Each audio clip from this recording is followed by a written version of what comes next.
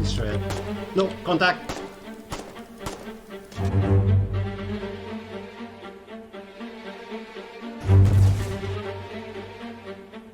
Hold the line! 5, 2, 3, 9. Yep, direct take, keep firing.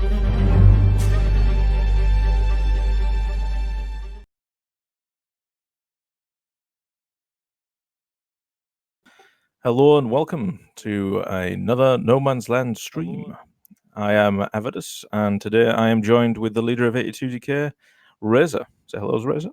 Hey guys. And our resident Orc. Say hello, Dark Lefters. Oi! What's up, Gitch? And and our forever special guest, Kazansky. Evening, folks. Okay, we're going to jump right into it, guys. We've got a lot to get through today because, obviously, of the new patch and things like that. We've got a lot to discuss with our first impressions of patch. So, Reza, you got anything to say on the first impressions of the new update? Oof, that's a lot of talking needed, I guess. Where to start? Well, I think because I was discussing it with Kaz, and I think the first thing to sort of acknowledge is there was a lot of stuff we weren't expecting happening, right? Because that's a thing. I think like it's important to kind of figure out if we're moving forward or backwards, sort of a thing. I think it's a step forward overall. That's my opinion. My only big concern is, and I won't hide it from like the first discussion about it, is what happens when all the new pop goes away. That's my main concern here. This is something that I was discussing earlier with the lads in the channel because a lot of the concerns at the moment are around defenses and things like that. So gun nests, pillboxes, and all that good stuff getting taken away. That's great right now. You could even take, I was saying even earlier on, you could take AT turrets away and literally just have foxholes at the moment, and it would still be a viable thing because you've still got a turnover at pretty much every front line because there's a lot of people playing the game. So it doesn't matter if it's 4 o'clock in the morning for you, there's still going to be 40 guys, but just an example, Jade Cove, fighting over Jade Cove or something like that. When that pop goes away, and you start getting into sort of like time zone pops and stuff like that again, then it's going to be a problem. You know what I mean? So when the pop drops, that's when the true test of this update's going to be going to come out, I think. The damn AT turrets are... I can understand why they haven't removed them yet, but Jesus, like they're just being spammed like no other. Like you can clear and push a front, and then if you have to retreat back, that's getting replaced like tenfold with just as much worse. AT turrets are pretty much the cheapest they've ever been in terms of effort to get one. You know what I mean? I think it's 100 B-mats for an AT turret now, where it used to be, I believe, like 70 R-mats or something like that. Right. So AT turrets are just, and on top of the fact that you can't build anything else now, so you can't build like, for instance, a pillbox would take up nearly 200 B-mats. Upgrading it to a concrete one, or a gun nest, for instance, is 150 B-mats and things like that. Yeah, but they're all removed, so exactly. But that's my point. Yeah. That's my point. Yeah. So all of those B-mats are now going into things that they can build. You know what I mean? AT turrets, for instance. Exactly. Well, you think about it, AT turrets are probably one of the most efficient things in the game. Unless it dies to decay, you're always putting in a lot more resources to take it out than you are putting in to standing it up. Absolutely. I mean, you run into an AT turret that's stopping you getting tank supporters and infantrymen. It's an absolute nightmare, especially when you're faced with like 3 or 4 of them, because like these things they're relatively hard to kill for an infantryman. You know what I mean? They're going to take up all of your squad's explosives just to kill a couple. You know what I mean? So yeah. But I think I would echo those comments that evaluating the effectiveness of the current state of this meta is really, really hard, and evaluating these tools is really difficult because this game has benefited so much from the strong population. Like this game really does come alive when you have average player populations exceeding 1,000 all the time, and that is making this game a lot more enjoyable right now in its current state. And it's hard to understand if it's the new tools or just because we have so much enthusiasm, even, right? Like, even in our own ranks, I feel the enthusiasm of some of the new guys coming in, and not to say that the salty old vets are not enjoyable to play with, but some of the new guys coming in and getting excited about the game, it's motivating. You know what I mean? It's refreshing. It is refreshing. We have seen a massive influx of new players into 82DK and in the game in general, and it is really refreshing to see people coming into it that are so eager to learn about the game and build upon what we've already experienced and things Absolutely. like that. So that's where I enjoy it. That's where I enjoy the game, right? And so I get my enjoyment on that, like watching people enjoy the experience and grow as players and grow with the like that. That's fun for me. I really enjoy that. Thank you for One the of the follow, best you feelings non-essential scum. is having someone that you've taken from basically a recruit, which is what we call a rip, right the way up to being an officer. You know what I mean? It's just Thank you for you the can follow, see you them go non-essential through scum. those stages of learning the game, learning the things between the lines and stuff like that, because there's a lot of that to do in Foxhole. Reading between the lines and learning those things that Thank you for the aren't follow, you necessarily obvious non-essential on the scum. surface. And it's really good to see them to learn that. So to the question, though, with all that being said, with this disclaimer, evaluating the new tools and some of the new stuff, there's been a lot of things that have surprised me. I think the biggest splash for me was the actual application of the MG emplacements and how effective those turned out. Just because we just didn't imagine how robust they would be. I guess my vision for it when I was thinking about it, because I was like aggressive, like this is going to be garbage, not going to see play. Like that was my first impression. I think that was like the last thing we said on the last podcast. That the emplacements were going to suck. Yeah, but we did say that. We were wrong when it takes 6 mortar shells, that changes the calculation a little bit, and when the guy that inside is fairly protected, that changes the calculation quite a bit. So I mean, when they were first invented, those FMG turrets were ridiculous. Like the force multiplier behind those things. You can I've seen a guy sit on one of them and defend an entire beach. Now that doesn't sound like a lot, but if you want to watch over an entire beach flank, for instance, normally you'd have to assign an entire squad to do that. But if you just drop an FMG there and sit a guy on it, he can cover the entire area. You know what I mean? And it's just a force multiplier because you've got one guy locking down that entire flank, which is absolutely brilliant, if you ask me. So definitely exceeded my expectations there. That's one thing that definitely jumped out to me with this update as a big surprise. I found the big game changer on those was the devs actually saying you can't use the other factions emplacements. Oh, absolutely. That was because I only learned that today.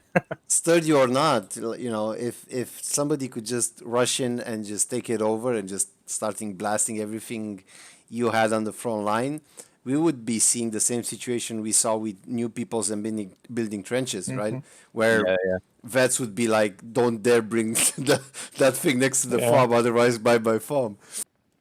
I do hate that it is that way. I'm glad, I both hate it and I'm glad, right? From a game balance perspective, it's for the best that you can't do it because now it can be used and it's got good utility. But thematically, it's so hard. Like from an immersion perspective, it's so jank to me. Like, what do you mean? I think it's one of those things that's just a necessary evil, unfortunately, because the way that the game is, like, if you capture an enemy trench line or the enemy capture your trench line, for instance, they can lock down the entire trench if they capture one of those things. You know what I mean? And it can literally be an immovable object.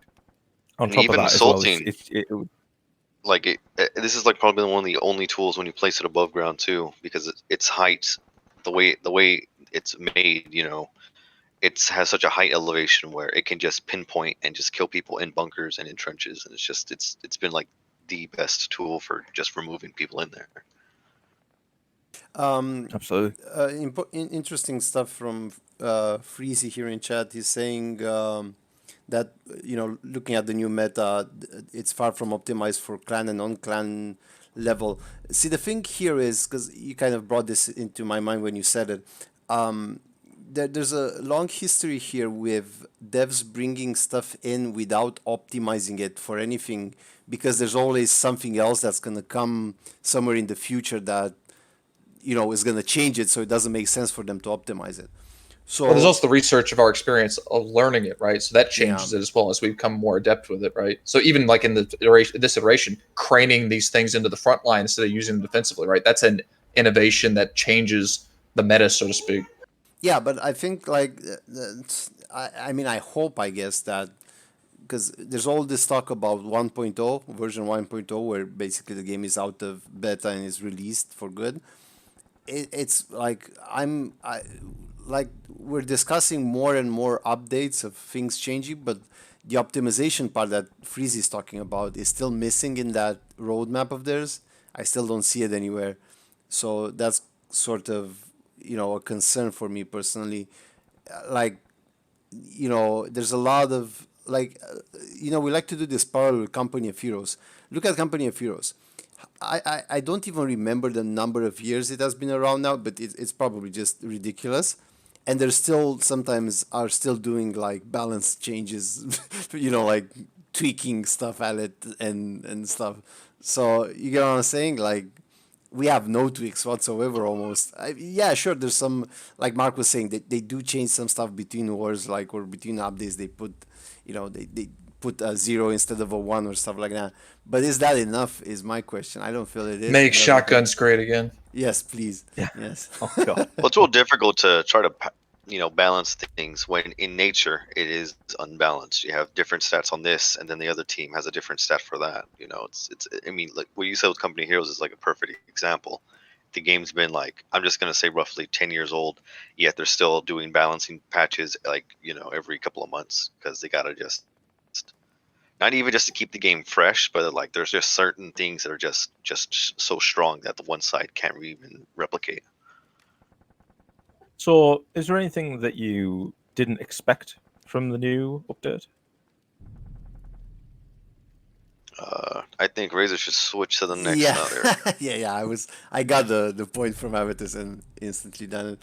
I'll start with Cass because he was talking about emplacements earlier and he was saying like he definitely didn't expect that. So I guess that's one, right, Cass? Yeah, that one's at the top of the list. Yeah, I just guess felt we were starting to bleed into this anyway, Yeah, so we might yeah. as well move on to it. I mean, I think another thing I didn't expect was how robust the player population would be with this update. And maybe I just didn't pay attention, but it feels like this is the highest the player population's ever been. And I was not expecting to see spikes to 1,700, 1,800 players. And maybe I just missed the mark on some previous points. But I've never seen at least for a very, very long time, the war break 100,000 casualties on both sides in the first 2 days. That is a lot of new people throwing themselves at MG nests. You know what I mean? That's a hell of a lot. Yeah. So I think the casualty rate more than anything just shows 1 million. Like Commander just said, like it's ridiculous now. You know what I mean? We're already up to 1 million deaths. I mean, it's approaching the Jade Cove war level. I think by the end of this war, probably going to see the highest casualty rate that we've ever seen in a war. And I'll admit, I was pretty discouraged heading into this update overall, just because I didn't feel like it was going to be good for infantry with all the focus in different places. But I have to say, and I should have noticed this, like my enjoyment of the game drops dramatically at the point that gun nests are unlocked. Yeah. And gun nests are not here anymore. Therefore, the environment for infantry, even with armor running around, is so much better, I have to say. During the op yesterday, I saw it that way. During the patrol on Thursday that we did, same thing. It was dare I say, it was fun. I actually legitimately enjoyed it. You have so much room to breathe as infantry now. I know exactly what you're talking about because with all of these, with the less AI, there's a lot less contest in your flanks. So you've got a lot of options as infantry now that you didn't have with gun nests because they were just plainly too hard to fucking kill. You know what I mean? Again, with the same thing with AT turrets, you run into a gun nest that's blocking your way, you're going to have to waste your squad's AT probably getting rid of that thing. And then if you run into another one, you're fucked anyway. You know what I mean? So I think getting rid of gun nest was definitely the right move. To top it off with, I mean, back then with gun nests and then AT turrets like around there too. That flank was pretty much, unless you bring a good force of people in, you can't even consider that shit because it's just too much protection from both sides of the enemy force for that. I think that's something that hopefully they look into, of probably just picking out the AT turrets, because it's I don't know. At this point, there's so much general AT just from infantry alone that's accessible. Like RPGs and AT rifles are just so easy to come by, and like there's not really. I understand PVE side, but I don't know. In an active front, it's like highly discouraging. Just you want to push this flank, but there's like literally like nothing but AT turrets as far as the eye can see. So it's not And it just comes getting back rid to of player one; count. it's getting rid of the whole thing. Player count is what makes that all possible, right? Like you can't PVE something if there's enough players to always queue or F it, and there's always somebody I, around to respond to it. So I don't know, I'm a bit indifferent on that because I've seen what one man can do with a truck full of BMATs. I mean, sure. it's crazy what you can think about. Like that man can pop so many AT turrets, like, and it's just nuts.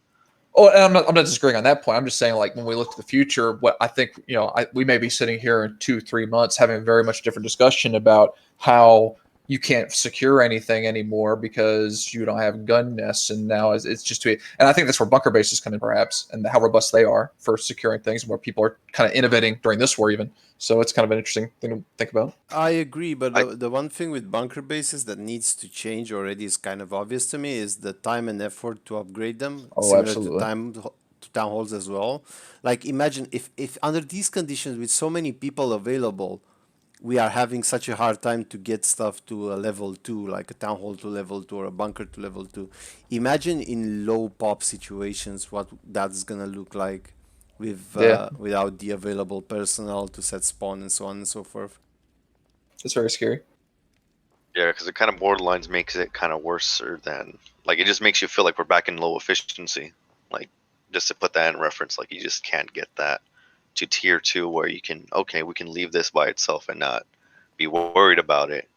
But it'll be like a full day, fighting after capturing this town, and it's still not able to be tier 2 yet. And it's like what the fuck? Like we have everyone setting spawns and voting, but it's just not ticking fast enough. Like what are we doing wrong? And maybe it's just something we just got to learn how the system works, or I mean, maybe this is the system that needs to be tweaked.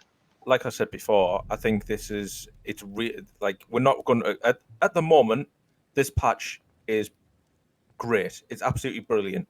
But like we've all said, once the pop starts to drop, that's when we're going to start suffering from these lack of defenses and things like that, because that's when you're going to have to start counting on AI to hold territory for you and not masses of new people joining the game. I mean, you're right. You're right on that. I mean, how I viewed the bunker bases was this is just in my mind is you build them in the regions behind the front lines, and then you have the contested regions. Those ones are meant to be a no man's land. You'll capture it, you'll lose it, back and forth, and you'll have the bunker bases behind to be a more stronger force to defend against.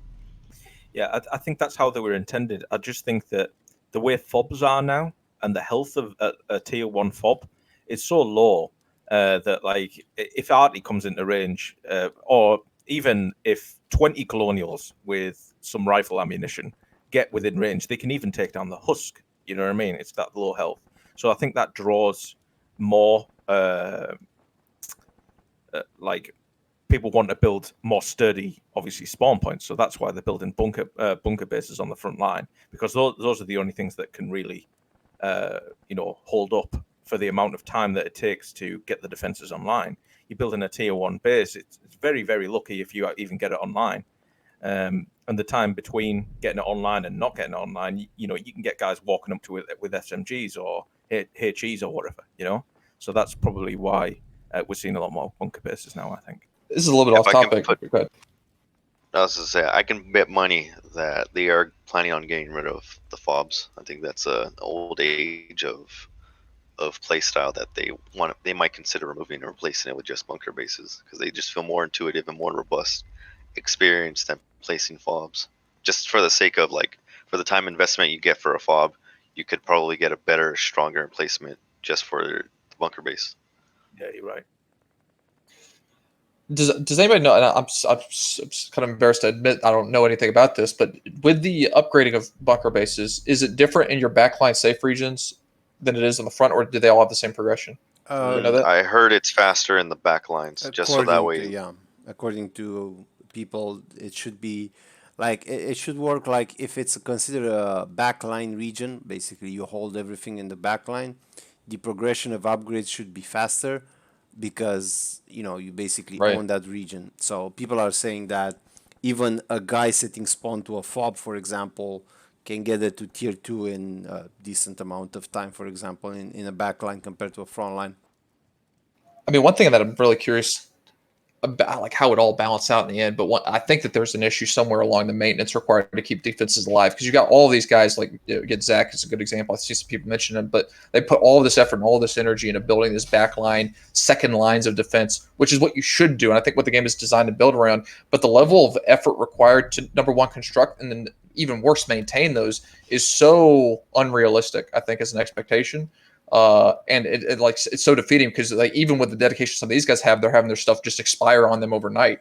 You know what I'm saying? Like, that's just crazy to me. I don't know from a balance perspective how that would be So changed or need to look, but yeah. I think we should describe the actual incident we're talking about. So, Zach Weaver, most of you might know him, especially if you played with us or are part of us. The original He, Zach, by the way.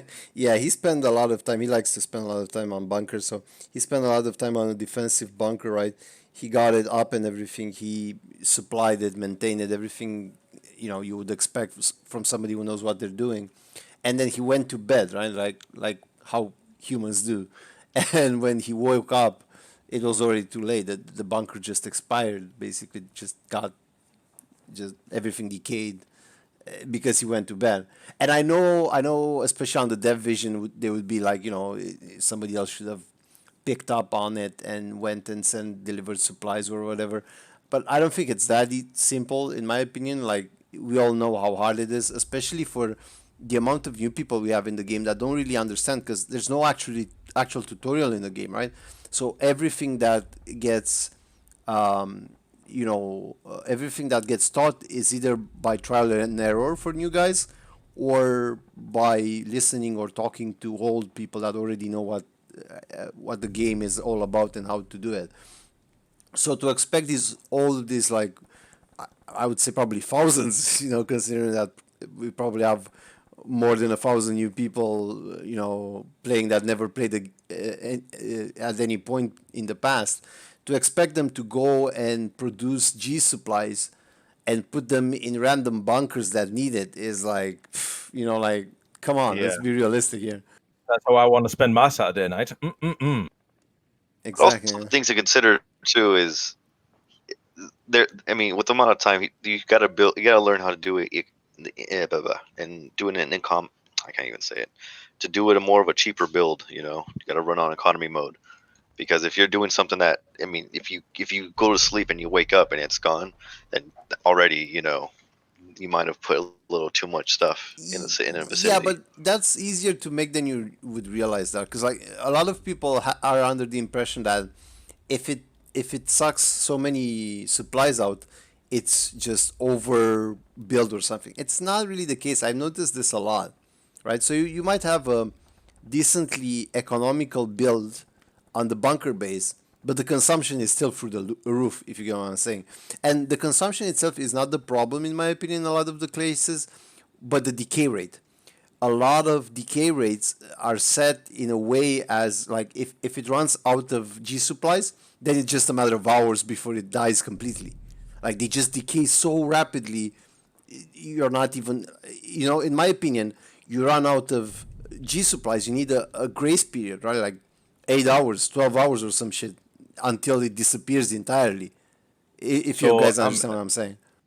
I'm not too familiar with this whole method myself, as I'm not really into building bunkers and stuff like that. But so if someone was to put, let's just say, for instance, 10k GMATs into a bunker base, could then he log off and then another truck come along and pull those out and use them on their bunker base? Yes, that's also a possibility. There's nothing stopping anybody else from pulling your supplies from the fob. Yeah. So I think that is probably what is happening most of the time. That's probably maybe Avitus, maybe, but at the same the time, pulling rate. You can check the pulling rate for supplies is not encouraged. Like, it's very difficult. Right. It's a lot. You're more encouraged to just literally make something than steal it. Yeah, that's and to be a real big asshole. That's the only thing I could think of happening. You know what I mean? And if that was the case, they would have to make them so you fuel it, like a fucking truck or something like that. Where and I know you can take the fuel out of a truck now, but you know the way it used to be, where you put the fuel in, that's it. You know what I mean? You put the GMATs in, that's it. They're gone. You know, they're fueling that base until they're gone, sort of thing. The issue is that the Thank you G for I think follow, that- you non-essential scum. and the requirement is too much of an ask for for you to construct all that stuff and then maintain the G supplies necessary to keep it active across the holes that you need plugged. It's just unreasonable expectation on the player base, and not to mention, by the way, it's not a fun mechanic. Like it's not part of a good gameplay loop. So you're discouraged on that front. And I'm, from my opinion right now, I'm not trying to speak on the devs' behalf or as if I am a man that knows anything, but it could just be for the sake of service sustainability or that it decays so fast right now. Just imagine with, I'm just going to roughball it, 12,000 people playing, or 2,000 people playing, my bad, sorry. That it needs to be decaying rapidly just because of just so much shit being planted down everywhere. Yeah. There needs to be some Yeah. form of balance for the server. Yeah, Because I- even now, I mean, servers, I'm getting some horrid lag. Like I don't even get a respawn timer or a respawn menu because I just lag so hard, and I have to log out. It feels like it's probably related to how many stuff is in the region, or I was hoping it is really. I know you get discounts for like building in regions that are not that built up, but I get what you're saying. It's still sort of punishing though, if you think about it. And I also remember, I don't know if you guys remember, but I certainly do. This was mostly back in the times when servers were sort of separated, not melted together through borders. But you guys remember how basically there was those maps that were built up to the brim, especially the German server, if you guys remember. There were like these huge bunker complexes going everywhere. You could barely drive with trucks through them and stuff like that. And it's funny to me because if I remember correctly, they were not laggy, right, David? It's like I'm not crazy. No, they weren't laggy. So I don't know what changed in the meantime. Maybe like associating all the servers between each other is also taking a toll on resources because all of the communication needed between them and people, like traveling between them and so on and so forth. I just think, I mean, there's a lot more going on in the game than there used to be. I will Yes, say that. yes. You know what I mean? I mean, it was.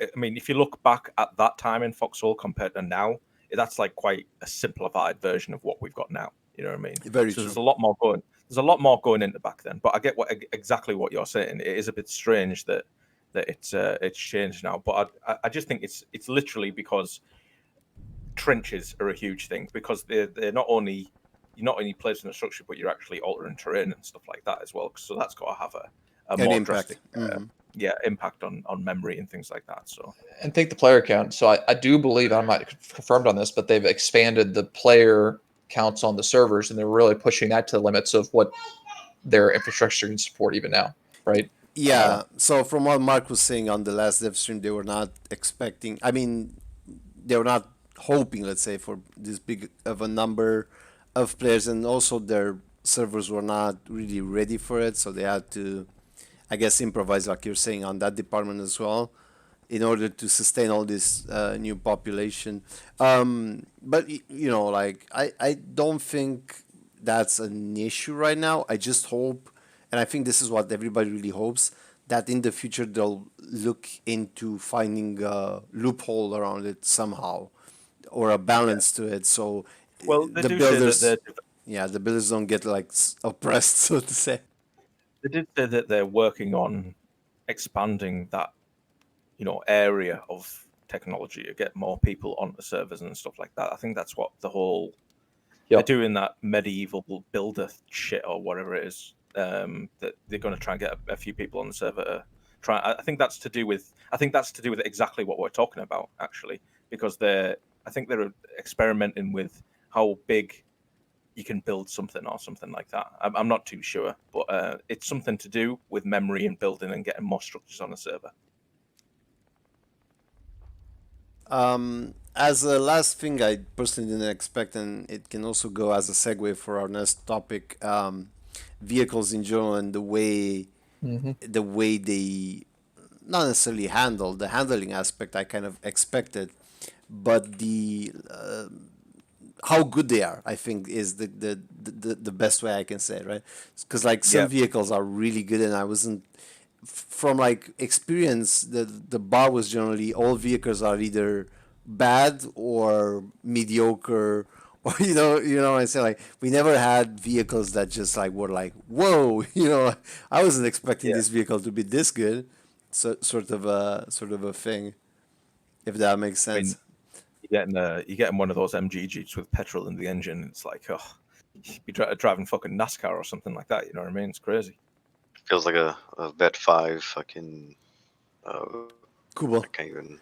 Well, Kupelwagen. Yeah. Fucking company hero. You feel like a champ. You just go in and then you run into an AT turret by accident and then you just cry. Yeah, well, the Jeep, like the Jeep, but I personally, two things I wasn't expecting is the AT half truck to be such a shredder, even though they're gentle and fragile, but they still shred stuff like I was not I was expecting them to give us sort of a consolation price half truck, right?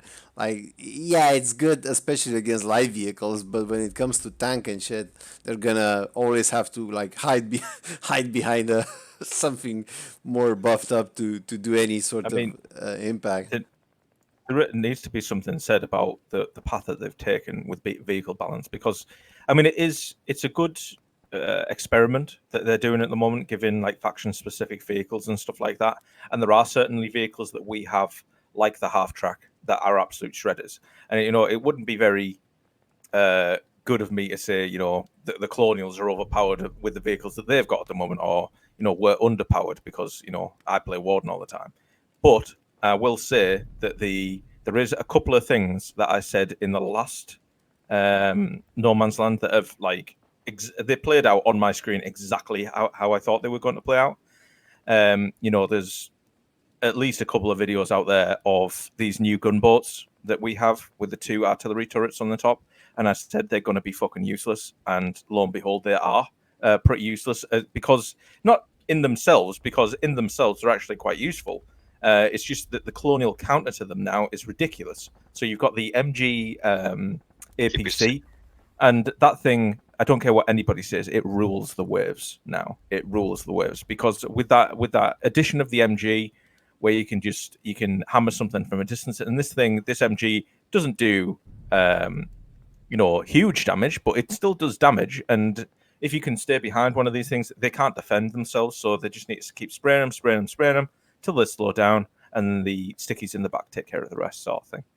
Well, actually, when you brought that up, like last week, towards the end of the Saturday op, like the colonials just unlocked, by default the HMG APCs, and that just became literally like kind of like a light tank of its own, armor with an HMG, and it was just like killing people, and I was like, holy fuck, they're bringing 3 of these to the front line, and it's like we have like almost no answer to that, and it's like it's just that those things are crazy, and I'll let you finish before I go on my thing. I mean, I will say that the HMG APC is probably the strongest vehicle that's been brought out in this update, just by its sheer amount of versatility and the things that it can do. There is something else that I'm sure that you want to say as well, but I need to bring it up in my point. The RPG Jeep. Now, with less defenses going on and things like that, that thing is an absolute fucking menace. Forget about bringing artillery, because as soon as you bring artillery, they're just going to flank with one of those things. They're going to blow it up straight away. You know what I mean? And I'm sure that you have a story. And we're not even talking about the light tank with the deja vu perk. Stop. I still see it. But yeah, I mean, you think about that stupid HMG Jeep. Like before, you'd have to get it in a clown car, drive around, hop out, pull the RPG out of your anus, compose yourself, and then fire. And this thing is just ready to go at all times. It's tough. It's real tough. Also, to answer the question here, Baptized, basically the only vehicle that is useless is the one that has the wrong crew in it. Like, no vehicle is 100% useless. They're all a bit good in their role, but the HMG APC, even like if I would have new people in the game and they would be like, well, what could we use? Because we're beginners, right? I would be like, take an HMG APC and just, like, go have some fun. Even I would say it's probably noob friendly as well. It can take a bit of damage, right? It has good rate of fire. Yeah, there's no downsides to it. Whatever way you look at it, really. It has good storage, right? Because storage is important as well. So it feels like the all-rounder vehicle.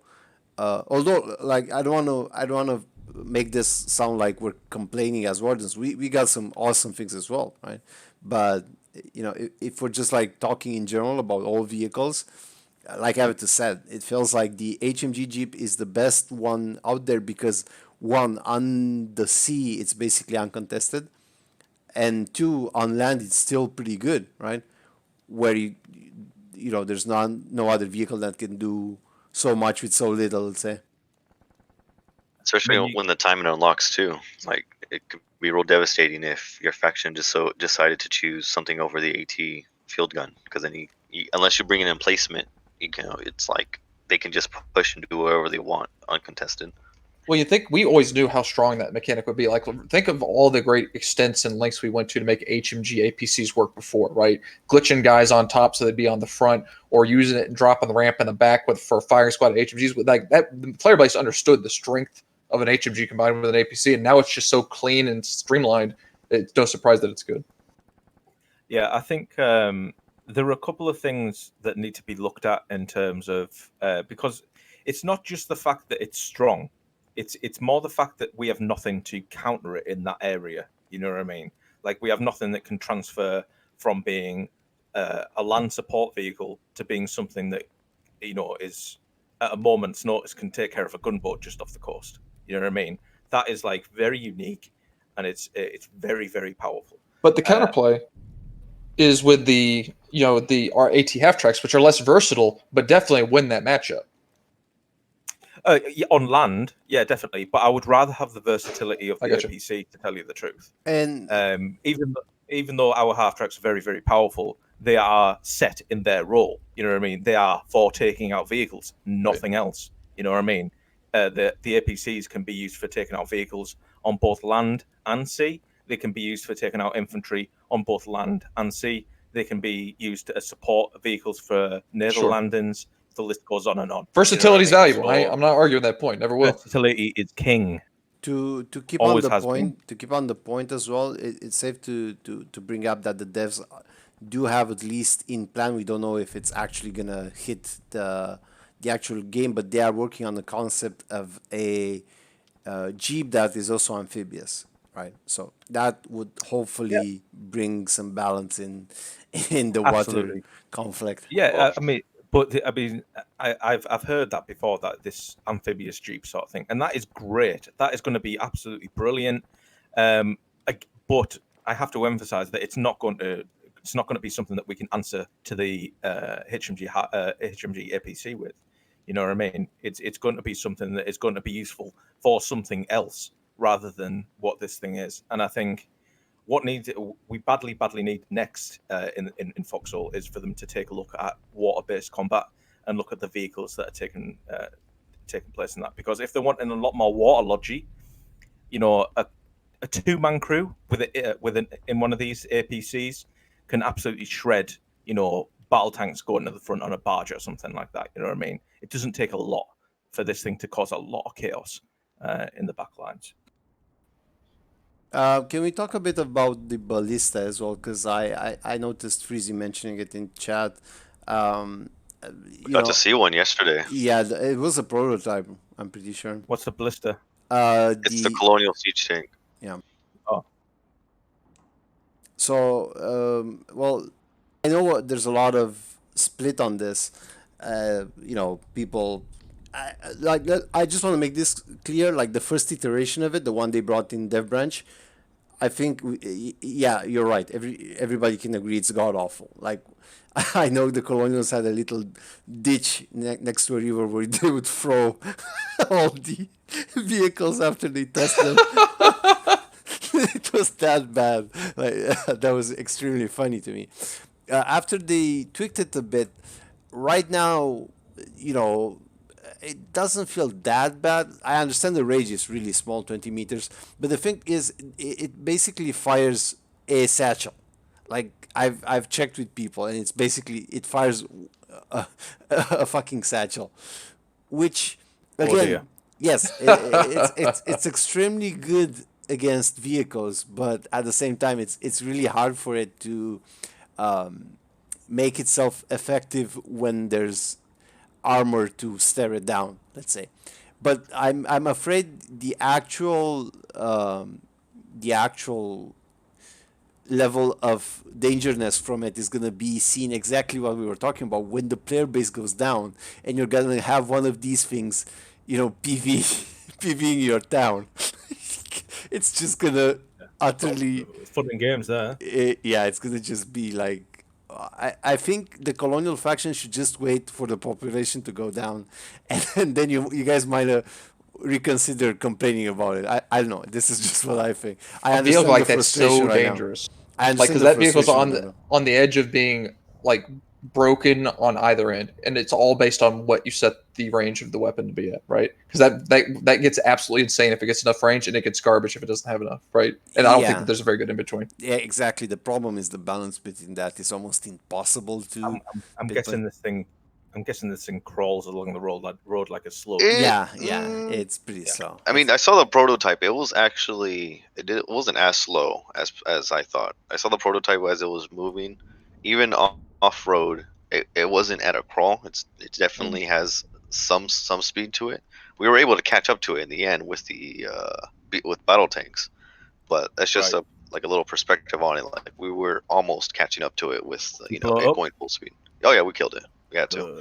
Good. But I think the ballista tank crew got bored and they wanted to go destroy something, and they tried to go get a garrison house, which I think they one-shotted it actually, and they were trying to get away, but our BT crews they weren't gonna let that go unscathed.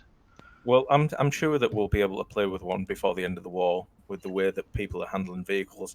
I mean, I have seen several times this war, a battle tank full of privates heading over a bridge, and then 5 minutes later the colonials are driving it back over the other side. So, It's funny that you say Um, that because yesterday, like we just unlocked the Iron High tanks, and our Logi was working in full production to get us one, and they scrounged, did everything they can in like this short span of 10 minutes, and they brought it over here.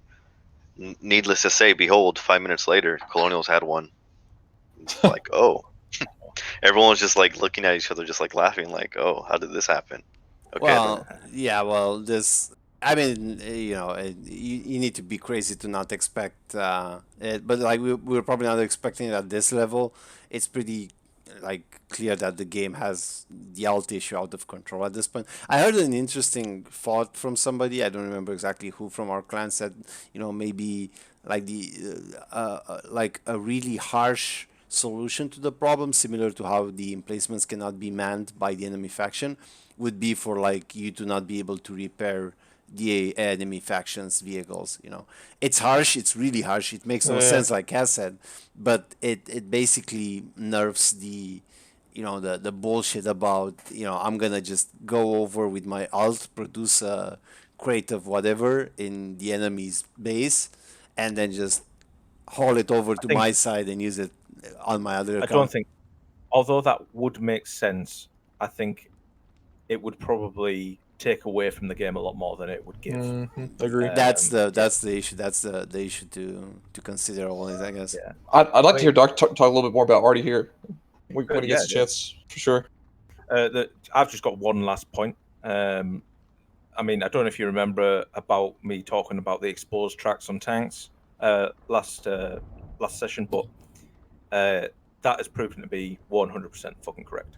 Like pretty much as soon as we invented battle tanks, it like reports were coming in, from all over the place that battle tanks were getting tracked by 2 shots from a penetrating AT rifle. You know what I mean? So these things, it's exactly how we expected it to be. That although, obviously these things do need to be taken down, to be tracked so easily by the lowest form of AT when it's our heavy tank is a little bit ridiculous. So I'm eager to see what the battle tank looks like, or its damage model rather looks like, with the more upgraded versions of it, because the basic version was getting, although it's just the basic version, still a fucking battle tank. You know what I mean? So it shouldn't really be getting tracked by AT rifles. AT rifles. Yeah. I think that when you start heading into sort of like light tanks, maybe, but anything sort of past into heavy armor and things like that shouldn't be taking damage from things like AT rifles, in my opinion. That should be the realm of RPGs and heavier forms of AT. So, the last thing on the menu here is like I want to talk about is the light tank from the colonial side, the one that basically boosts like a bike. And instead of me talking about it, I just want to show a clip from Jam's highlights of DRs from yesterday's op. It's pretty self-explanatory. I think we should watch it. I could talk Yeah, for half sure. an hour and I wouldn't achieve the same level of of detail. Just play the clip, Razor. Just play the clip. Yeah, give me a sec here. I'm gonna set it up for everyone. Well, I have noticed this war that it's just been. I don't know if you.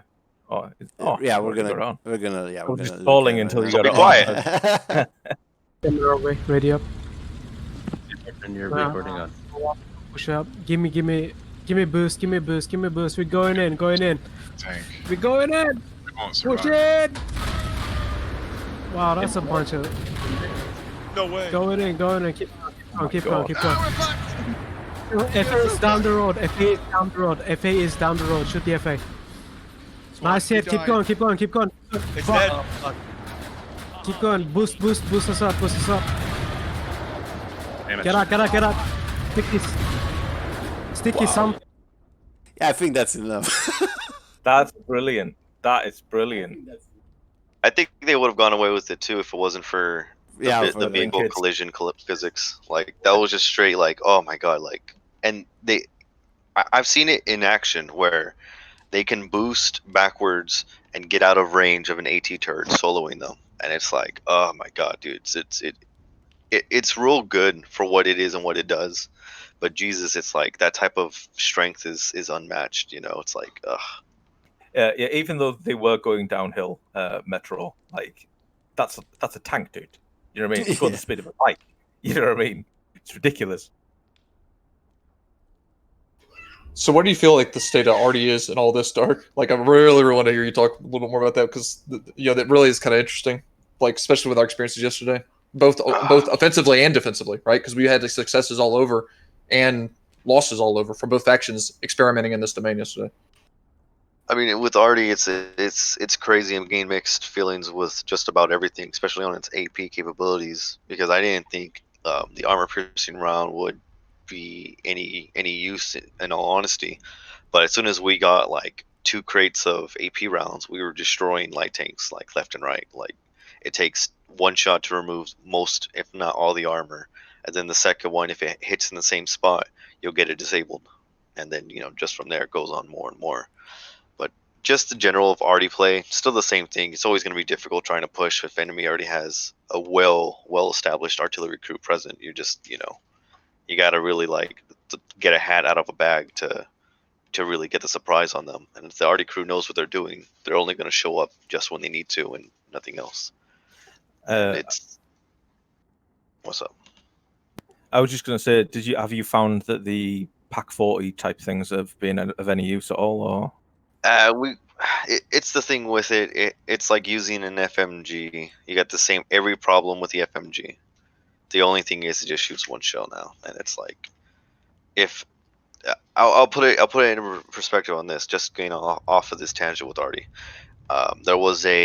we had some BTs fighting in some area, and the enemy colonial on a relic base had their field AT gun. And it was scaring the BTs for some reason. And I'm like, dude, what are you guys being afraid of? Just charge it and kill it. So I got on the half track, got one guy on it, and we drive around, and we just we were still within its firing range. We drive up, we shoot it, and then we backed out because it died with that 1 shot. And that's the thing, is like, it's super not good for. I mean, in general, you can scare it, but if the enemy knows what they're doing, they could just charge it and destroy it, like without any, real punishment. What's up? I will say there was a circumstantial little thing that, like, I had a squad at Spearhead and we took Spearhead, and anybody that's fought at Spearhead knows that heading towards Bonehaft, there's a big delve that goes down, and there's the bridge, and then it goes up again, sort of thing. And we had captured a colonial field gun, and we positioned it at the top of the bank, and just its mere presence meant that vehicles didn't want to cross the bridge and stuff like that. So I will say that it has circumstantial use, you know what I mean, but not necessarily that it's good. And as time goes on and people get a little bit more experience fighting these things, I think they're going to be less and less afraid of them. Yeah, because I'm just say out right now, if you see an enemy field AT gun, just charge it or mortar it. Like, there's literally nothing stopping. Like, you think it's gonna hurt you, but if you commit, you can destroy it. And it's like, I feel like the emplacement makes more sense, to be honest. Like, the feels more emplacement is solid. stronger, Yeah. by all means, because it can take more damage of it, and that's even like when it's not in a trench. But it's like, I don't know. I think I'd rather take the emplacement versus the pushable gun any day, just because I think you have. Correct me if I'm wrong. It feels like you have more range with the emplacement, and you have the same thing with comparing it to the FMG. You can rotate it freely and get your, you don't have to really rely on One anyone guy. Yeah. for your arc journey. Yeah. And So- that's the main thing what makes the FMG emplacement so good compared to the normal pushable one. So the pushable one feels like it needs a buff to me. That's basically it. It needs to have advantages that the emplacement doesn't. You should be able to turn it faster, maybe move it faster, something like that. So it becomes viable and more dangerous to enemy armored if it actually wants to see gameplay, right? Otherwise, it's gonna just stay niche and Especially with how nimble the armor is. yeah. So going back to Kaz's question about artillery, with these new vehicles the Colonials have, it literally feels like they were made just to destroy field guns. And it's like, it scares me when I'm thinking, oh, I'm safe at 150 meters. Then, I can hear Tokyo Drift off in the distance. And I'm just like, what's going on? What's that music? That low-level Then techno music, Yeah, getting louder and louder. I press M and I see a triangle, and I'm like, no. There's nothing you can do about it. You can't yell at anyone because it's like they're so fast off road, and they just see it, they shoot at it, and that's it. Mission's over, guys. And it's like, oh my god. It's so that on itself is so scary or saddening. Just like you can't really fight hard against that, other than hope that you have enough defenses to really stop that. I think- cringe to mention this one, but because I saw it vividly happening on my binos and on my radio, was the Colonial Light Tank that pushed. So we had a field artillery gun like just south of the town hall, and this tank pushed all the way, like from down the east road, north of us, through the town hall, through all of our friendly territory, wrapped around to from the northwest to the west, shot it in the back, kept going. And basically did this donut around our formation of battle tanks. And the battle tanks were still in the process of trying to turn around before this asshole was already all the way back to his friendly lines. It was incredible. It was absolutely incredible. Yeah, that was one of the moments I will probably never forget about. I still probably cry in the shower just every time I just think about that. You can't get mad at absolutely no one on that. That was just straight, like, that's what the vehicle is literally made to do, is just do punishments like that where they can go and nothing can catch up to them. Like, they're just going to go in, boost, get that one shot that matters, and then get out while keeping the vehicle at near, full armor. And it's just I think the devs definitely made the right decision in giving the Colonials that type of equipment and giving us our type of equipment. Because if we would have been given that flanking equipment, oh my god, like, I don't think the Colonials would win another war. I just hope we already get something similar. I would love for a half-track version of the FA. Ooh. Or just something You're that'd be... talking Well, dirty that- now. that- You're talking dirty. That was going to be my next question. So, do you think there's room in Foxhole for a self-propelled artillery gun? That's what he dreams of. I would love something. So if they can make something that, I mean, compare the Warden field AT gun to the half track. Why would you ever build the Warden AT, the pushable version when you have the mobile version that does its job everything in better. But then again, like in the same breath, like they don't want to. I mean, I can see them not choosing to make that, or they might give it to the other faction because quote, if you like artillery, you're in the wrong faction, end quote. And it just sucks Well, because I just love artillery. We just thought that was because the Earth Colonials were going to get more artillery. We just didn't know it was all to do with like flanking Vix. You know what I mean? That's where he was probably getting at in that quote. I know, but I mean, I would love it, and I hope the devs do consider my my rework proposal that me and Maybar actually worked and send it to them. Hopefully, they may look at it and be convinced of reworking artillery in this type of section rather than just keeping it the same how it is and just trying to do, I don't know. I mean, anything. Well, artillery is another area of the game that badly needs to be looked at, isn't it? Really, because it's way too vulnerable for what it is. Dark, can you give like the 30-second elevator pitch for your rework? 30-second elevator pitch. It's like the last stream had my rant on the fully, Yeah. but I the whole think- thing is about. Yeah, you should probably just like reserve a spot on the next stream or something. That Okay, because okay. I read it and it's not for 40 seconds, guys. It would not do it justice. It's too. It's Well, I Tune read in it next too. time. I read it too much. I could too, probably but- link the pamphlet. Let me just look for it. Yeah, because it's very well written. I think it's be worth people kind of getting some. Yeah. some You, traction This is out of I it. want you him heard- to present it on a large scale, not on a. If someone say could that. also, I don't have a Reddit account. I don't believe in that. But if they want to post it, they have my full 100% permission to do so. Have you heard about our Lord and Savior, the artillery rework? I'll just profit off of this second to just answer to Baptized here. He's asking if we think if the factions are going to follow the same tech tree path the entire time. The tech tree is going to change every war, Baptized. So you don't have the possibility of just following it the same way again because we're going to have different tech trees for the next war and for I think each that's war, good. basically. I Yeah, think it's really absolutely. good. Changes it up, doesn't it? In the interest of us already passing the hour mark, do you guys wanna go for the next topic? Yeah, 'Cause sure. this is a big topic. We gotta Well, hurry I- up because he's only got 2 minutes left, and I just wasted one. Well, I think we should give a little bit of time to the fact that we broke a record recently. I'm sure you all know what I'm talking about. The op, our comeback op. For those of you who don't know, we 82DK took a break while we were waiting for the new patch to come out, the first one we've ever had in 4 years, and it was our 4th anniversary not too long ago. And the first the first op where we came back after our break, we broke 100 players on our op. So I don't know if you want to say a few words about that, Razor, but very proud indeed. Oof, where to begin? Like it was a total shock, and we even like delayed the start of the op with almost an hour because we were never expecting such an attendance. It was incredible. The most incredible part was that I would say about half of those people were like new or recent members, which made it that much more special to me. And I think to everybody else. And as Summoner is pointing out, we also broke Discord. Discord actually crashed in the middle of our operation, which kind of made us have to use in-game comms and other game comms for a second there. But yeah, it was incredible. I gotta say, it felt like an entire different experience to me.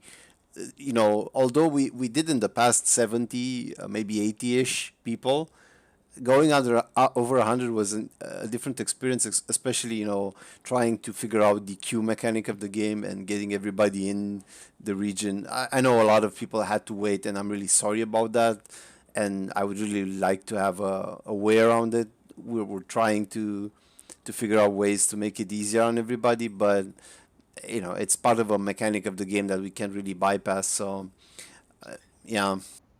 It's really unbelievable when you think like, and we've mentioned this before, but it really came out on that op when we have multiple infantry sections, right? I mean, 3 core infantry sections that we play with and staff regularly, and each of those sections, having 15 guys in it. Like again, I know that there's some organized outfits that 15 guys is their entire op. And then we Yeah, got yeah. 15 guys in just one infantry section as a part. It's just such a cool thing to be a part of. It was really, really a fun op. That op specifically was fun, and it was fun because of this achievement as well. Well, here's to 200 members in the next couple of weeks, guys. So Yeah. Oh god. Oh no. About to be going for 2 different regions. if it keeps up, we might even have to close for recruitment for the first time in history. Yeah. No. We'll keep the doors open. We still need more meat for the market. Okay. Yeah. So, talking about big ups and such, the one from yesterday, which was our second up after our anniversary, also made 100. It wasn't record breaking, but it was still pretty immense. And I have a small clip of us leaving the town. I want to share with everybody. I'm so glad you're going to show this. Yeah, it's Yeah, pretty that's fun, and I'm sorry we didn't get one from the actual first stop, but that was way harder to organize. So I think this will do, and I hope you guys enjoy. Oof, let me just recline. There we go. Play it.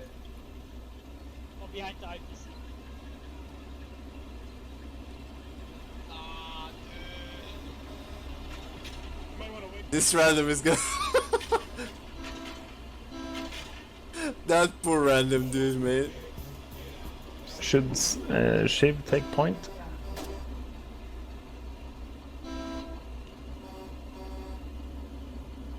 My God, when does it Okay. end? This poor man It in the doesn't, flat brother. boat. Wait for It it. doesn't go. You want to drive or should I, Razor?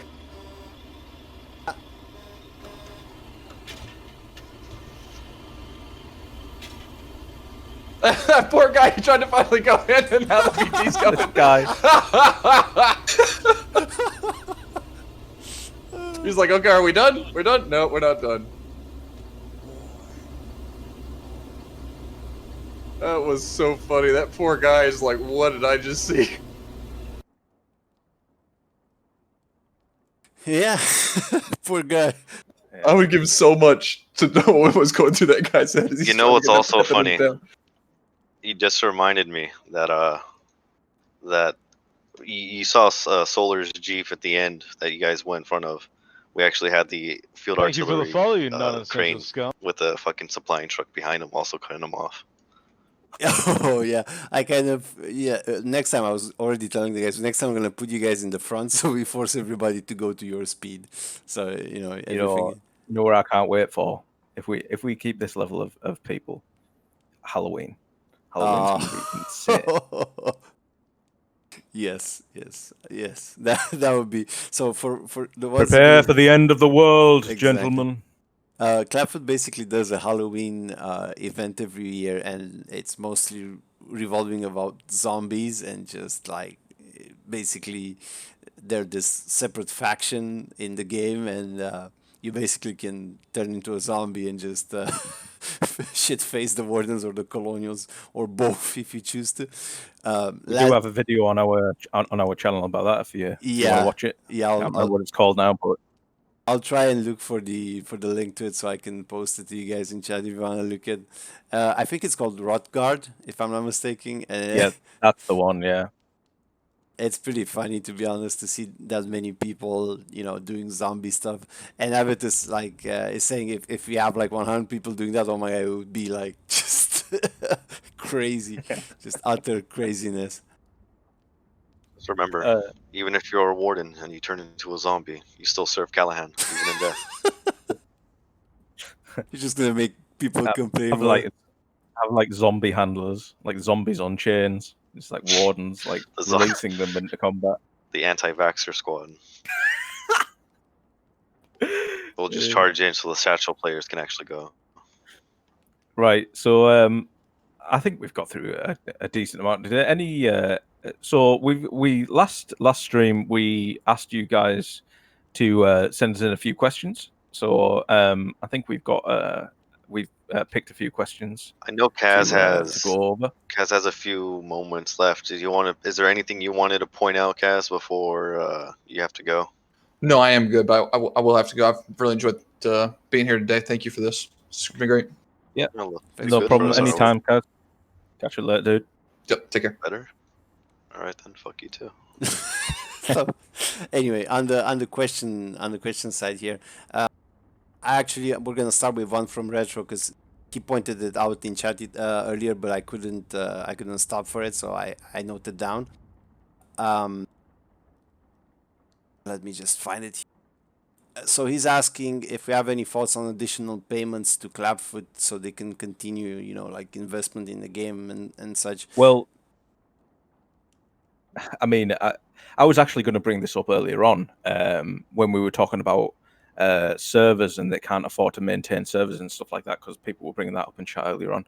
And I've often said this, over the years. I said, I would actually like to pay a voluntary subscription fee to Clapfoot. I'd love to do that. I'd love to give them $10 a month or something like that to improve their servers and improve things like that. Not only that, but it would actually give us some sort of power to hold them to account for certain things that they do and do not do. You know what I mean? So I think that would be a really, really good thing for the community. If it shouldn't be obviously a forced subscription. It should take nothing away from the game.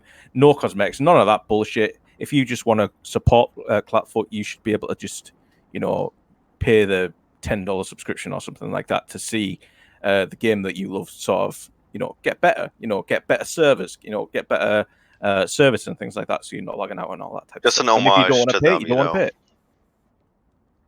Yeah, I think there was another game that did something similar. I think it was I'm trying to remember. I think it was called Unturned, where I think the game itself was free to play, but the developer had like a premium plaque you can buy that all it did was just make your nameplate just gold.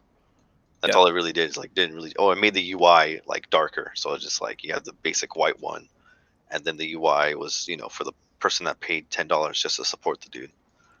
And Yeah, just something I mean- like something just like maybe like your title, your name screen is just I don't know, like fucking like a different. You give me like something different that stands out from the rest.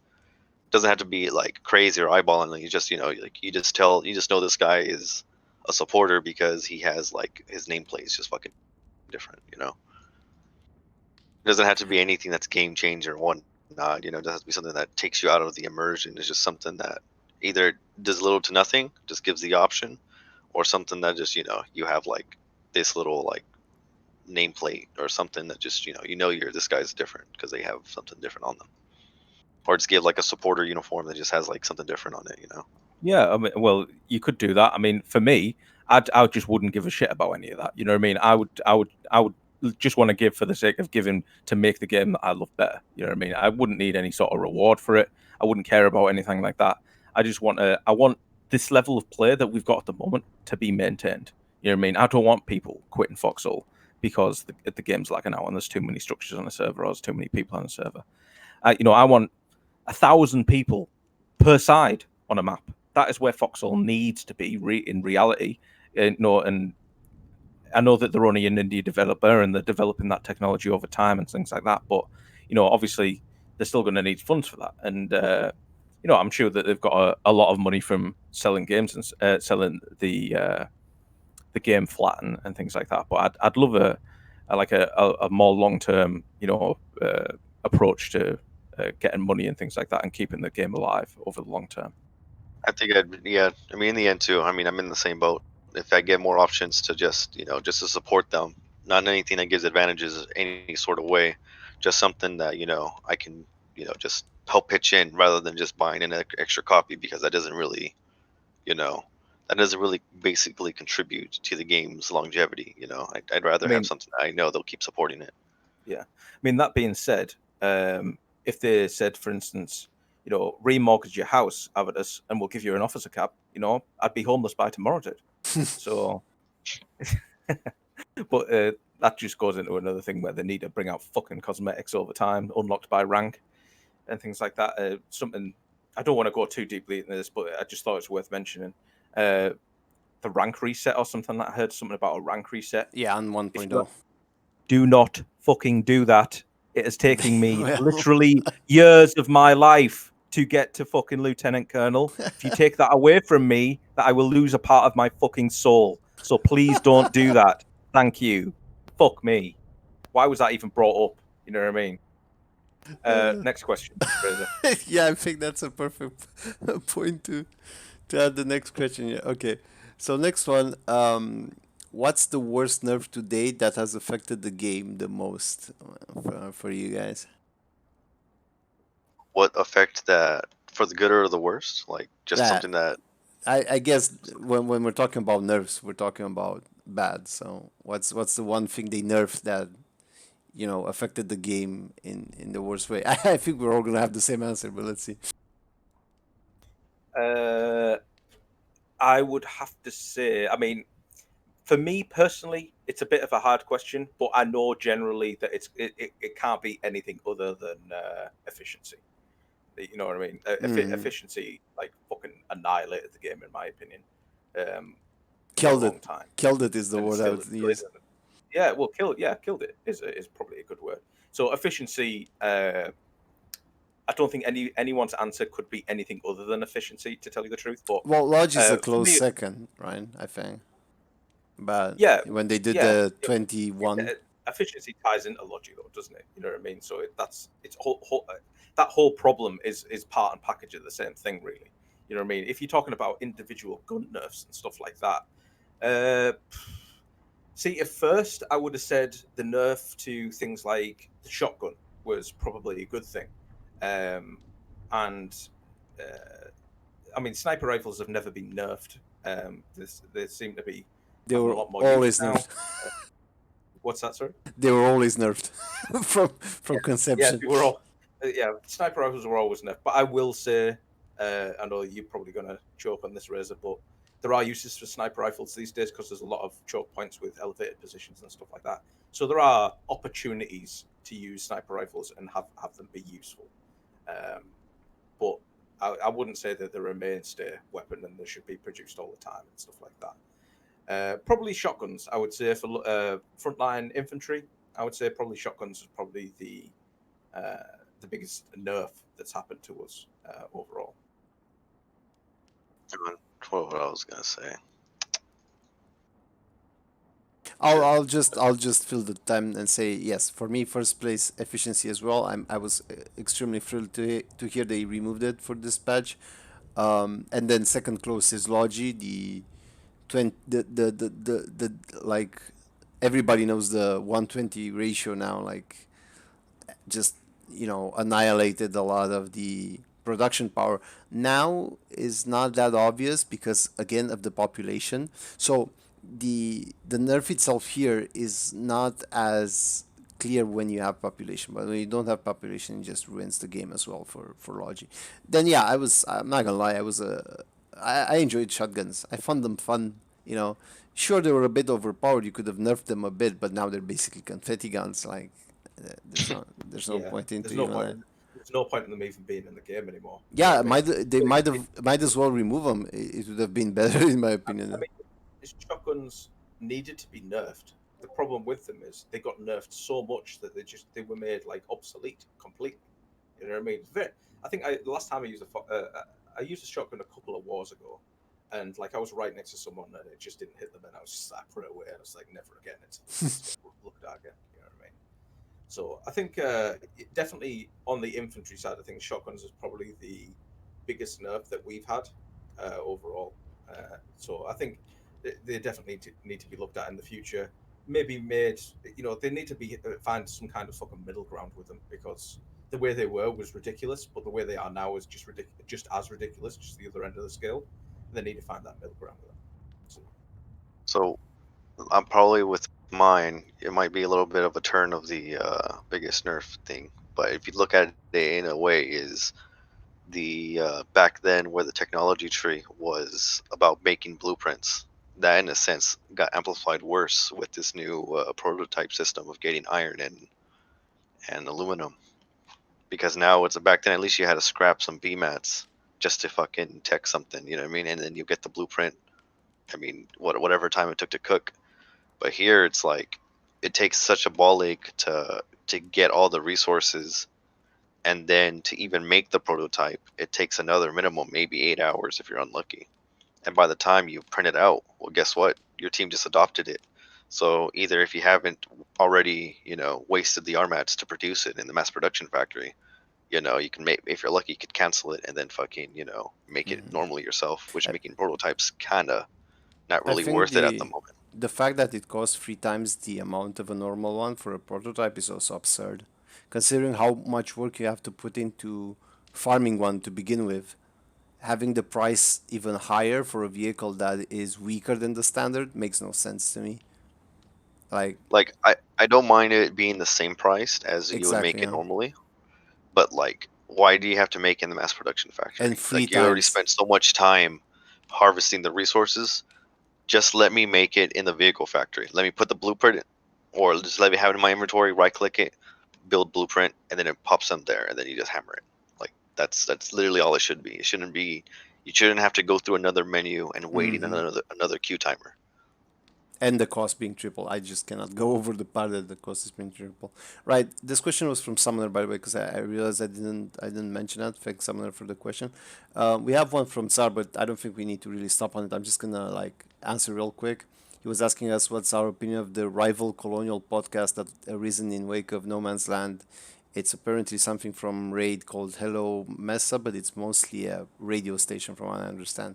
So I don't really think it's a podcast per se, and it's not really a response to I us. will just interject here that podcast does not exist. Anybody heard listening to that podcast will be executed on the spot. That's if it existed, which it doesn't. Okay, so just keep that in mind. Jokes aside, There's no such thing. If you do feel like you hear rumors, please come to us and we'll handle it promptly. So please give us your address, social security number, and date of birth, please.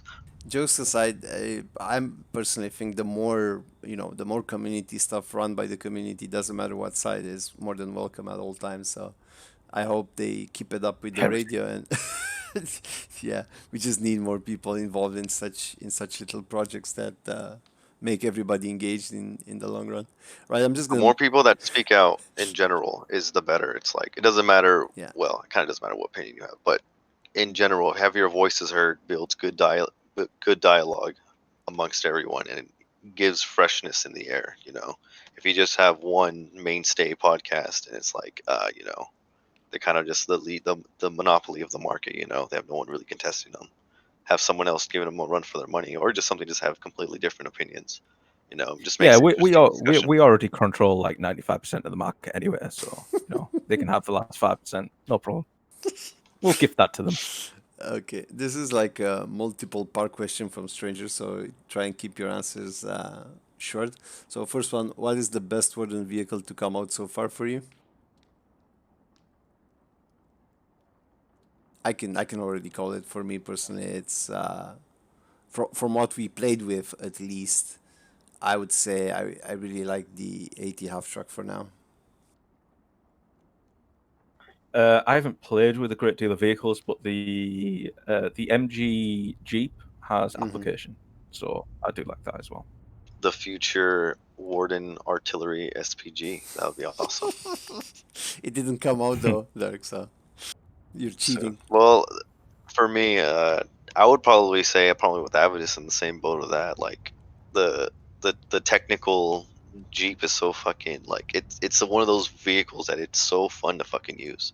Doesn't matter if you die doing it, but just driving and having the MG in the back that's actually confident to fucking kill someone, super fucking nice to have. Like it just feels so good using it. Like you just have fun no matter what. I think where that vehicle really shines is just a naturally fun area of the game anyway. If you're taking it to the front line, you're doing it wrong. If you're taking it around the flank and getting on the enemy logi lane and just running people down Mad Max style for their guzzling, that's what you want to be using it for. You know what I mean? So if you're doing that with it, it's just heaps of fun. You know what I mean? It's great. It's fucking awesome. And it has application in that area, which I really like, especially with like being able to like disable vehicles easily now and things like that. It's really good. So Yeah, yeah, that's I like also it. another thing that I don't mean to add on to this two-part question, but it's Well- just so fun. Like exactly what Avis was just saying, just partisaning, like disabling the vehicle. The guy comes out, kill him, and then just wrench it, and then siphon his gas, and then you just have like this dead highway of just trucks all over the fucking field. I just feel like you're just Mad Max. Like, witness me. Just feels so fucking good. What is the best colonial vehicle to come up so far? It's easy for me on this one, APC. Yeah, he's ABC. Yeah, I mean that's without a shadow of a fucking doubt, isn't it?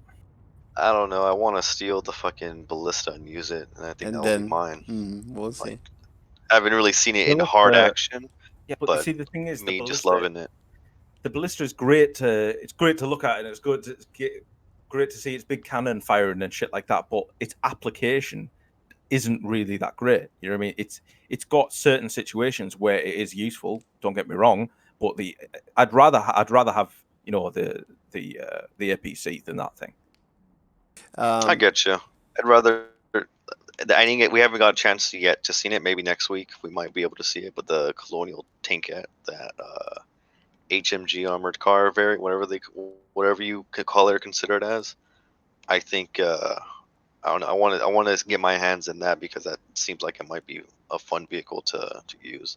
Yeah. So Klaus was already yelling Silverhand in chat, and the last part of the stranger's question was, which vehicle is better overall? And Klaus, I think it's safe to say we're kind of answering from the experience of the vehicles we used, but overall, considering what we didn't use, I would say Silverhand. Yes, I think Silverhand is gonna be. We don't know yet until we put it on the field, So but I could just I pitch have this high to hopes. you all right now. Like What's the Silverhand? 68, it's the medium tank, the All right. assault tank. Oh, with the So, right, okay. so with the half track, it fires the same caliber, and same thing with the AT guns and whatnot. They all fire the same caliber, which has the capability of just destroying armor. Top that with a tank turret, with it being a normal light tank turret, it still does good damage to the tank's whole as a whole, and you have its capability of rupturing and removing armor, also adding to once that armor is gone, it's not destroying armor, it's just going straight for the HP after that. So what about the turret on the top? Can that shatter the armor, or is it just the main gun that shatters the armor? And It's then the that does main the gun damage? that mainly focuses But on it destroying can. the armor. Okay. It can. The 40 millimeter, it will take the armor first, but it's like you'll do more damage with the with the uh, with the main one. Right. But this is just a visual thing for me about that one, is that they made the gun of it look so fucking like short. Like you would assume that it would be more of like a kind of like how Mortar sort of the thing. ballista would look. Yeah. Yeah, like it'd be more like of a siege weapon, but I don't know. It's just a visual thing that they do that always just rubs me the wrong way. Like say for example, you have the Warden Field AT gun, you have the half track, and you have the emplacement. These all have different fucking lengths and variations, but they're all the same fucking tool used, and it's like, what the fuck is this? Like you don't have that feel of like them standardizing some type of equipment, because everything just feels so fucking different, but it all operates the same. So let me throw in the last question because it's related to this from Maxim here. So he was asking how could the devs had made the Silverhand better, possibly by replacing the AT cannon with the siege mortar like the Colonial siege tank? Question mark, or because you're Well, that talking about this. so that's it. Just goes by for what utility and what I mean, somewhat of lore wise, what the devs wanted to use and see it for. Like I see the assault tank as a complete replacement for that Warden, I forgot what it was, the front one. Remember you guys saw the relic one, the relic light tank? It just seems like a complete upgrade from that one. Like that, it was based off of those type of designs. And Yeah, I know I what mean, you. it really depends on what you mainly mean Stone for, tank. like, I feel like it would have been a rip if it was just like the colonial version, because it means we got the better off thing because we have something that sieges and also can basically two turrets in one beats one turret any day. Yeah. Well, it's like anything, isn't it? I mean, we haven't had a chance to play with it in game. We haven't had an op with this thing yet. So maybe next week we'll have next No Man's Land. We'll probably do a section on the development of armor and how it plays in game and stuff like that. I think that would probably be a really good topic for next session, because then we'll have a better idea of how these things actually play in a war. So. And this is just a random spindle for me, and we're slowly getting there with these different modular vehicles. Is maybe one day we'll see where they complicate the production of making a vehicle, and maybe one day you can choose what type of turret it has. While you have that extra caliber one, you can change it for a shorter range siege, you know, versus just the AP, or you can just add a normal light tank turret, or Yeah. you get I me? mean, that if that does come, I think it's a long way off because I think that Oh, of course, yeah. I think they're pretty much done with like land-based vehicles for quite some time because other than tweaks and stuff like that they badly need to do on a few vehicles. I think it's probably going to be a while before anything like that gets looked at. Well, they said they're gonna bring more in. We'll see, I guess. But yeah, we've been going for quite some time. Wanna get ourselves on the way out here? Yeah. So I just want to say that, like overall, I'm not sure what it is about Foxhole since we came back after our break, or this war at least. But Foxhole, for the first time in quite some time, I'm having a lot of fun playing it. Like I'm looking forward to to getting home from work and playing Foxhole. I haven't had that feeling for a very very long time. Why that feeling is, I'm not sure. It's I want to say it's the new patch, but it could just be the sheer amount of people playing the game, or a mix of the two. But overall, I think the patch is probably a good thing. I think it's changed things that needed to be changed. It's added things that needed to be added. Certain things they've gotten wrong. You know what I mean? But nothing that can't be changed in the future. I think overall, I'd give them a set, an 8 out of 10, an 8 out of 10 for this patch. I think it's been good. We've needed it, and I think it changes the game in a good way. So hopefully this will continue into the future. However, I can see a lot of the mechanics now that we've mentioned several times throughout the stream that are going to run anywhere shit ton of difficulty as soon as people start dropping off and the game goes back to relatively low pop again. Hopefully that won't be for some time, so it buys time for the next big update. It's just we need to maintain this player base between big patches, and we're not going to get another big patch for some months now. So if we can just keep this level of player base, and we can continue to have good wars, we have a better chance now than we've ever had with the change in tech trees and things like that. New vehicles getting brought in every war, as well as the map changing and things like that. I think it will be we'll have a lot of more replay value than we had before. So I'm expecting good things for the future. So yeah. And just a general PSA for everyone: please have patience and be kind to newcomers, because we really, no one wants Foxhole to die. This is our hobby. This is all we do. We invest our time in.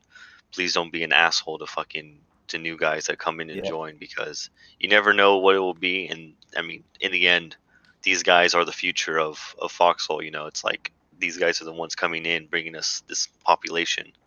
And if we just keep, not saying entitled, but just keep acting like assholes, these guys are gonna fucking leave. And So the always keep only that in the reason back I of your haven't left brain. is because of the clan.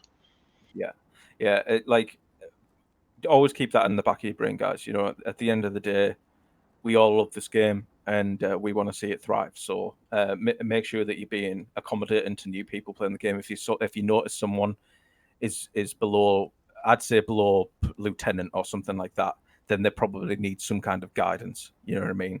So don't be too harsh on people if they've just picked up the game and they're learning and stuff like that. However, if you see a major driver battle tank into AT turrets, don't be afraid of giving a piece of your mind. Yeah, don't be afraid on that. Rip him a new one. Right. Well, I think my closing remark on that. Sure.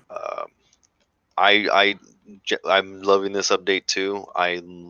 Even though it's kind of funny when I say this, they had a hard time balancing a complete copy paste of both sides were the same, but yeah, we're still having a balancing issue there. I still think the unbalancedness nature of different vehicles on different sides gives a good lore aspect and makes you really like your faction more, just on like you have really your own type of vehicle versus the enemy has their own with their own type of answers. So it all it makes me feel more closer to the game's world than ever before, than just some random fucking piece of scavenger hunt. I am really holding out hope for Law in the next year. I'm super, because he obviously they mentioned the law and stuff like that, and I really hope that guy who's in charge of the law, gives us a little bit more than what he's given us for the past 4 years, because it hasn't been very much at all. I Already, think that would be or really good any for the game. Yeah, good for the type of game in a good general. To tell lore. you the truth. So Well. just to add my piece for this, in the ending, I think I agree with you guys. It really helped with the replayability. The last ops, I think for the one the week before, I think I stopped around like 3 a.m. or something. The operation yesterday I stopped around 4 a.m. And it's a huge difference compared to the ops before the update, where like after a few hours we were all like, yeah, let's just call it a day and go play some other games, because Foxhole is just not really playable at this point. So yeah, that's great. I really hope the population holds out, and I really want to reinforce what Stark was saying about like treating the new guys properly, because they're really important to our enjoyment. First of all, if you don't want to think about the development of the game or the developers or whatever, think about our own enjoyment and just realize that it's tied to the numbers of people playing. So yeah, please give the new guys a lot of attention and understanding when you interact with them. Other than that, just especially now that we don't have gunners anymore, right, Dark? You should leave those foxholes alone, right? Now that the gun nests are out, it's perfect time. Make the petitions, put the signs to remove the AT turrets. Keep fighting outside them foxholes. Don't be a pussy. Exactly. You need to get outside of those foxholes and fight them head on. Cook those frags. Got a good cooking frag recipe. Yeah. Salt and pepper. Gordon Oof. Ramsay 5-star. It's a classic breakfast meal. I mean, I've started to notice people are getting better and better. So the PSA on cooking frags is going at all-time high right now. Yep. Keep it cooking, boys. We're getting Yeah. those objectives. Okay, guys. See you next time. Was really fun Catch you later, guys. hanging out. Bye bye. Goodbye.